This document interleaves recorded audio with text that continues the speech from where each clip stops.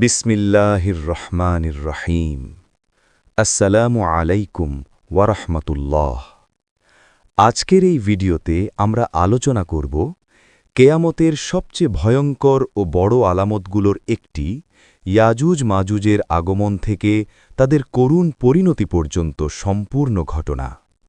সহিহ হাদিসের আলোকে জানব তারা কখন বের হবে, কিভাবে পৃথিবী ধ্বংস হবে এবং কিভাবে আল্লাহ তাদের ধ্বংস করবেন।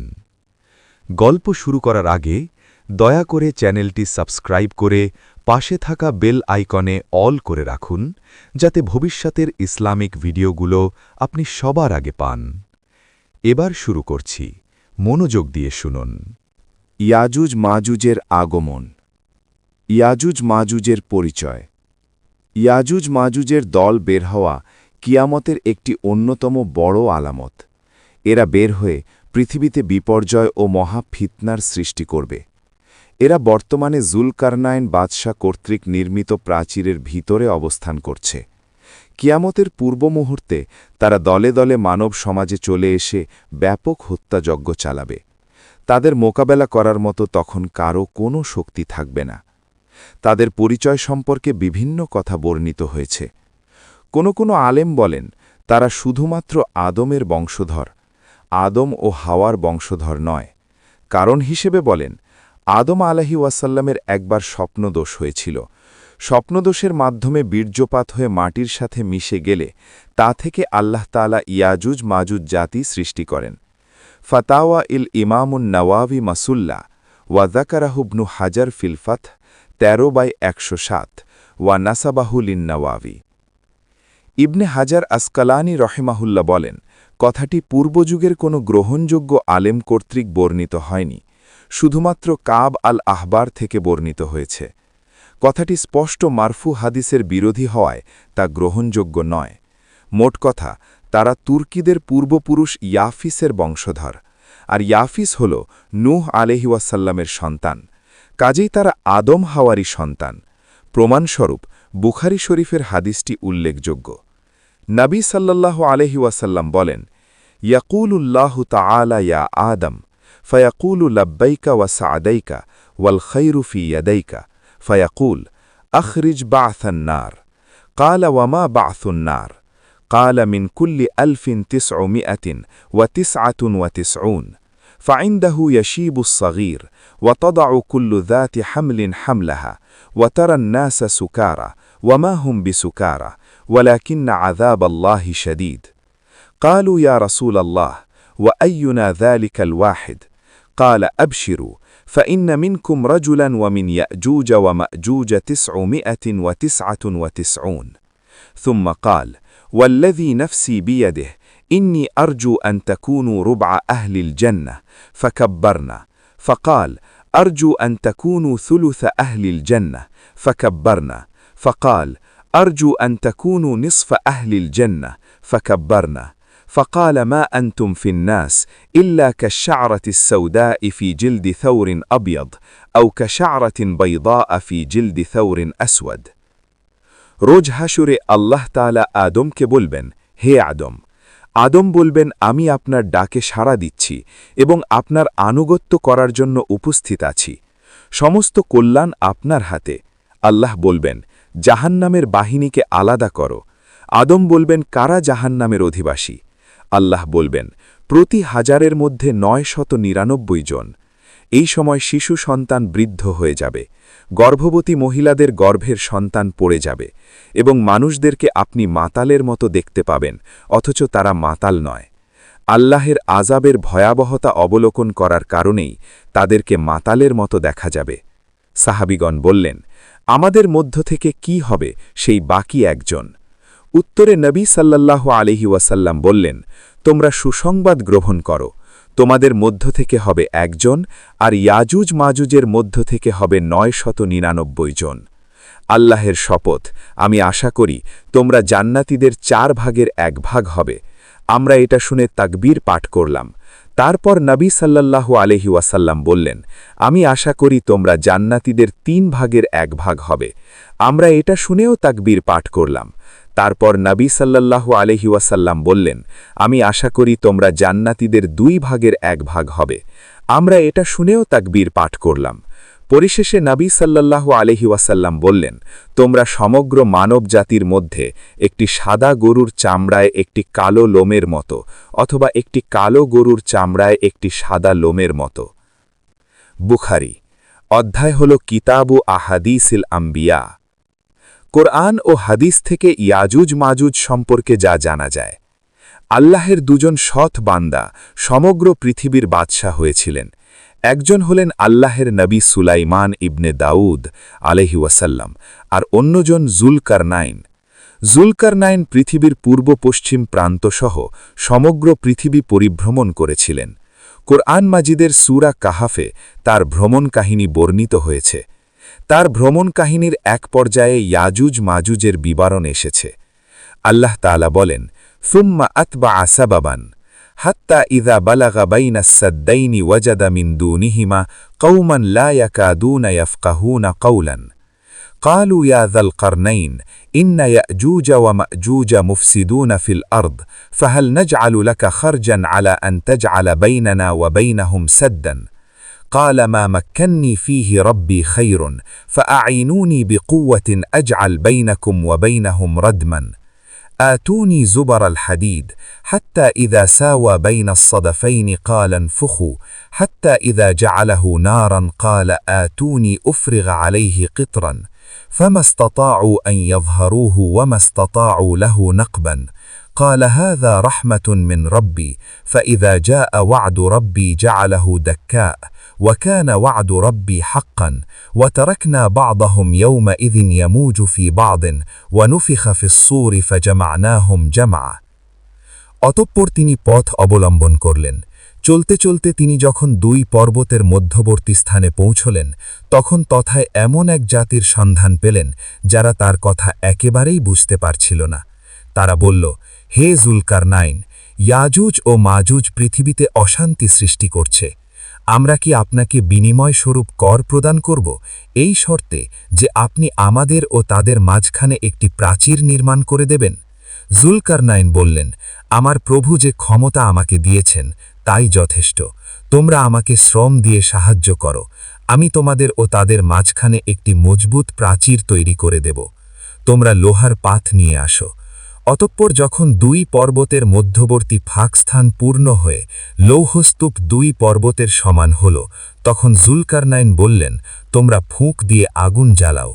যখন ওটা আগুনে পরিণত হল, তখন তিনি বললেন, তোমরা গলিত তামা আনয়ন করো, ওটা আগুনের উপরে ঢেলে দেই। এভাবে প্রাচীর নির্মাণ সম্পন্ন হওয়ার পর ইয়াজুজ মাজুজ তা অতিক্রম করতে পারল না এবং তা ছিদ্র করতেও সক্ষম হল না। জুলকারনাইন বললেন, এটা আমার প্রভুর অনুগ্রহ। যখন আমার প্রভুর ওয়াদা পূরণের সময় কিয়ামত নিকটবর্তী হবে, তখন তিনি প্রাচীরকে ভেঙে চুরমার করে মাটির সাথে মিশিয়ে দেবেন। আমার প্রতিপালকের ওয়াদা অবশ্যই বাস্তবায়িত হবে। সেদিন আমি তাদের ছেড়ে দেব দলের পর দলে সাগরের ঢেউয়ের আকারে, এবং শিঙ্গে ফুৎকার দেওয়া হবে। অতঃপর আমি তাদের সকলকেই একত্রিত করব। সূরা কাহাফ 92 থেকে 99।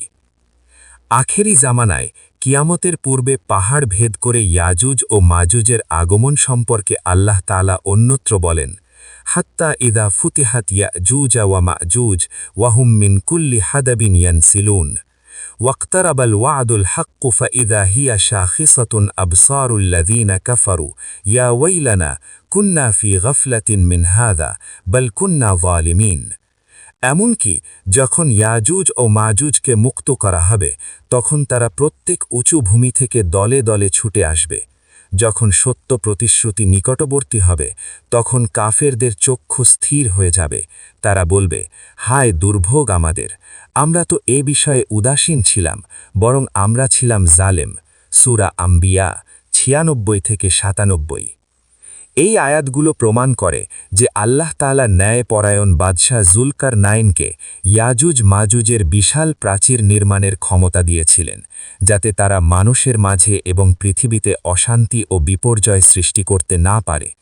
যখন নির্দিষ্ট সময় এসে যাবে এবং কিয়ামত নিকটবর্তী হবে, তখন উক্ত প্রাচীর ভেঙে যাবে, প্রচণ্ড বেগে তারা দলে দলে বের হয়ে আসবে। কোনো শক্তিই তাদের সামনে দাঁড়াতে পারবে না। পৃথিবীতে তারা অশান্তি ও বিশৃঙ্খলা সৃষ্টি করবে। আর এটি হবে শিঙ্গে ফুৎকার দেওয়া, দুনিয়া ধ্বংস ও কিয়ামত নিকটবর্তী হওয়ার অতি নিকটবর্তী সময়ে। বুখারী ও মুসলিম শরীফে জাইনাব বিনতে জাহশ রাদিয়াল্লাহু আনহা হতে বর্ণিত আছে, أن النبي صلى الله عليه وسلم دخل عليها فزعا يقول لا إله إلا الله ويل للعرب من شر قد اقترب فتح اليوم من ردم يأجوج ومأجوج مثل هذه وحلق بأصبعه الإبهام والتي تليها. قالت زينب بنت جحش فقلت يا رسول الله أنهلك وفينا الصالحون؟ قال نعم إذا كثر الخبث. একদা নবী সাল্লাল্লাহু আলাইহি ওয়াসাল্লাম তার নিকটে ভীত সন্ত্রস্ত হয়ে প্রবেশ করছিলেন। তিনি বলছিলেন, লা ইলাহা ইল্লাল্লাহ। আরবদের জন্য ধ্বংস, একটি অকল্যাণ তাদের অতি নিকটবর্তী হয়ে গেছে। আজ ইয়াজুজ মাজুজের প্রাচীর এই পরিমাণ খুলে দেওয়া হয়েছে। এ কথা বলে তিনি হাতের বৃদ্ধাঙ্গুল ও তার পার্শ্ববর্তী আঙ্গুল দিয়ে বৃত্ত তৈরি করে দেখালেন। জাইনাব বিনতে জাহশ রাদিয়াল্লাহু আনহা বলেন, আমি রাসূল সাল্লাল্লাহু আলাইহি ওয়াসাল্লামকে বললাম, হে আল্লাহের রাসূল, আমাদের মাঝে সৎ লোক থাকতেও কি আমরা ধ্বংস হয়ে যাব? নবী সাল্লাল্লাহু আলাইহি ওয়াসাল্লাম বললেন, হ্যাঁ, যখন পাপাচার বেড়ে যাবে। বুখারী। অধ্যায় হল কিতাবুল আম্বিয়া। ইয়াজুজ মাজুজ কখন বের হবে? কুরআনের বর্ণনা থেকে যা জানা যায় তা হল, কিয়ামতের পূর্ব মুহূর্তে তারা মানব সমাজে চলে এসে ব্যাপক অশান্তি ও বিপর্যয় সৃষ্টি করবে। ইন্না ইয়াজুজা ওয়া মাজুজা ইয়াহফিরুনা কুল্লা ইয়াউমিন হাত্তা ইদা কাদু ইয়ারাউনা শুআ আশ-শামসি ক্বালা আল্লাযী আলাইহি মুরজিউ ফাসানাহফিরুহু গাদান ফায়ুঈদুহু আল্লাহু আশাদ্দা মা কানা حتى إذا بلغت مدتهم وأراد الله أن يبعثهم على الناس حفروا حتى إذا كادوا يرون شعاع الشمس قال الذي عليه مرجعوا فستحفرونه غدا إن شاء الله تعالى واستثنوا فيعودون إليه وهو كهيئته حين تركوه فيحفرونه ويخرجون على الناس فينشفون الماء ويتحصن الناس منهم في حصونهم فيرمون بسهامهم إلى السماء فترجع عليها الدم الذي اجفظ فيقولون قهرنا أهل الأرض وعلونا أهل السماء فيبعث الله نغفا في أقفائهم فيقتلهم بها. قال رسول الله صلى الله عليه وسلم والذي نفسي بيده إن دواب الأرض لا تسمن وتشكر شكرا من لحومهم. ইয়াজুজ মাজুজ প্রাচীরের ভেতর থেকে বের হওয়ার জন্য প্রতিদিন খনন কাজে লিপ্ত রয়েছে। খনন করতে করতে যখন তারা বের হওয়ার কাছাকাছি এসে যায় এবং সূর্যের আলো দেখতে পায়, তখন তাদের নেতা বলে, ফিরে চলে যাও, আগামীকার এসে খনন কাজ শেষ করে সকাল সকাল বের হয়ে যাব। আল্লাহ তাআলা রাত্রিতে প্রাচীরকে আগের চেয়ে আরও শক্তভাবে বন্ধ করে দেন। প্রতিদিন এভাবেই তাদের কাজ চলতে থাকে। অতঃপর আল্লাহ তাআলা কর্তৃক নির্ধারিত মেয়াদ যখন শেষ হবে এবং তিনি তাদেরকে বের করতে চাইবেন, তখন তারা খনন করবে এবং খনন করতে করতে যখন সূর্যের আলো দেখতে পাবে, তখন তাদের নেতা বলবে, ফিরে চলে যাও, ইনশাআল্লাহ আগামীকাল এসে খনন কাজ শেষ করে সকাল সকাল বের হয়ে যাব। এবার তারা ইনশাআল্লাহ বলবে, অথচ এর আগে কখনো তা বলেনি। তাই পরের দিন এসে দেখবে যেভাবে রেখে গিয়েছিল সেভাবেই রয়ে গেছে। অতি সহজেই তা খনন কাজ সম্পন্ন তারা করে মানব সমাজে বের হয়ে আসবে। তারা পৃথিবীর নদী নালার সমস্ত পানি পান করে ফেলবে। এমনকি তাদের প্রথম দল কোনো একটি নদীর কাছে গিয়ে নদীর সমস্ত পানি পান করে শুকিয়ে ফেলবে। পরবর্তী দলটি সেখানে এসে কোনো পানি না দেখে বলবে, এখানে তো একসময় পানি ছিল। তাদের ভয়ে লোকেরা নিজ নিজ সহায় সম্পদ নিয়ে অবরুদ্ধ শহর অথবা দুর্গের মধ্যে প্রবেশ করবে। ইয়াজুজ মাজুজের দল যখন পৃথিবীতে কোনো মানুষ দেখতে পাবে না, তখন তাদের একজন বলবে, জামিনের সকল অধিবাসীকে খতম করেছি। আকাশের অধিবাসী বাকি রয়েছে। এই বলে তারা আকাশের দিকে তীর নিক্ষেপ করবে। রক্ত মিশ্রিত হয়ে তীর ফেরত আসবে। তখন তারা বলবে, জামিনের অধিবাসীকে পরাজিত করেছি এবং আকাশের অধিবাসী পর্যন্ত পৌঁছে গেছি। অতঃপর আল্লাহ তাদের ঘাড়ে নাগাফ নামক এক শ্রেণীর পোকা প্রেরণ করবেন। এতে একই সময়ে একটি প্রাণী মৃত্যুবরণ করার মতোই তারা সকলেই ধ্বংসপ্রাপ্ত হবে। নবী সাল্লাল্লাহু আলাইহি ওয়াসাল্লাম বলেন, আল্লাহর শপথ, তাদের মরা দেহ এবং চর্বি ভক্ষণ করে জামিনের জীবজন্তু ও কীটপতঙ্গ মোটা হয়ে যাবে এবং আল্লাহর শুকরিয়া আদায় করবে। ইবনে মাজা, তিরমিজি, ইবনে হিব্বান, মুস্তাদরাকে হাকিম, সিলসিলায়ে সাহিহা, হাদিস নম্বর 1735। তবে নির্দিষ্টভাবে তাদের আগমন হবে ঈসা আলাইহিসসালামের আগমন এবং দাজ্জালকে পরাজিত করার পর।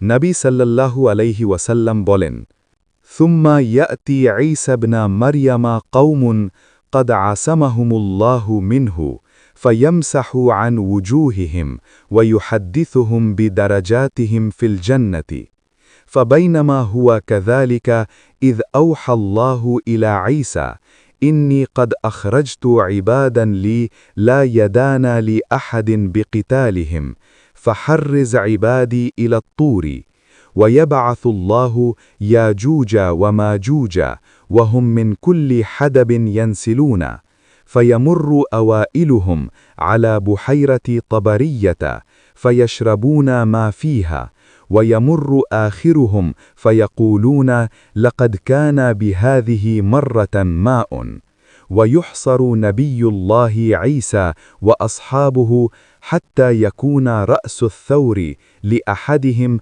خيرا من 100 دينار لأحدكم اليوم فيرغب نبي الله عيسى وأصحابه فيرسل الله عليهم النغف في رقابهم فيصبحون فرسا كموت نفس واحدة ثم يهبط نبي الله عيسى وأصحابه إلى الأرض فلا يجدون في الأرض موضع شبر إلا ملأه زهمهم ونتنهم فيرغب نبي الله عيسى وأصحابه إلى الله فيرسل الله طيرا كأعناق البخت فتحملهم فتطرحهم حيث شاء الله ثم يرسل الله مطرا لا يكن منه بيت مدر ولا وبر فيغسل الأرض حتى يتركها كالزلفة অন্যান্য প্রান্তের হইতে বের হয়ে এসে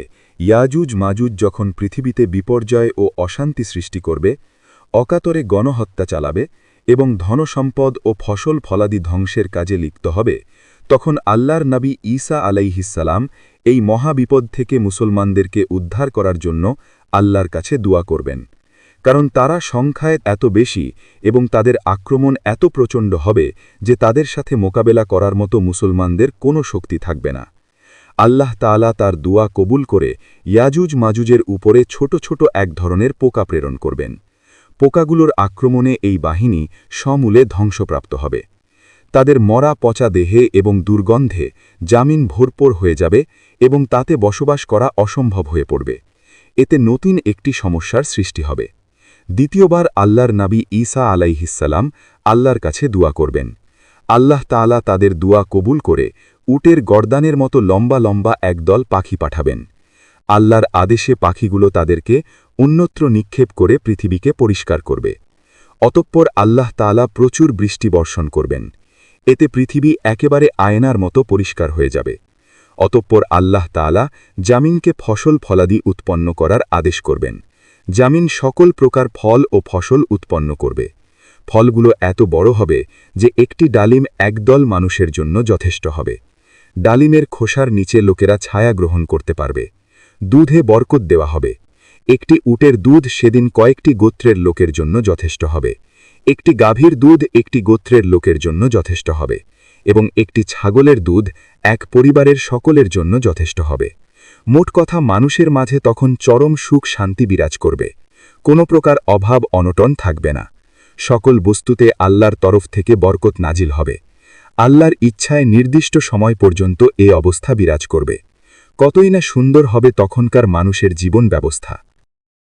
প্রিয় দর্শক, ইয়াজুজ মাজুজের আগমন আমাদের মনে করিয়ে দেয় পৃথিবী চিরস্থায়ী নয়, আল্লাহর কাছে প্রত্যাবর্তনই সত্যি।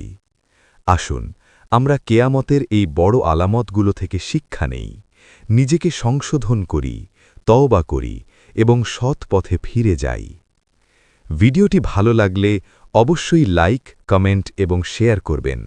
আর এমন আরও দ্বীনি ভিডিও পেতে আশা হিদায়েত মিডিয়া চ্যানেলটি সাবস্ক্রাইব করে রাখুন। আল্লাহ আমাদের সবাইকে হেফাজত করুন। আমিন। জাযাকুমুল্লাহু খাইরান।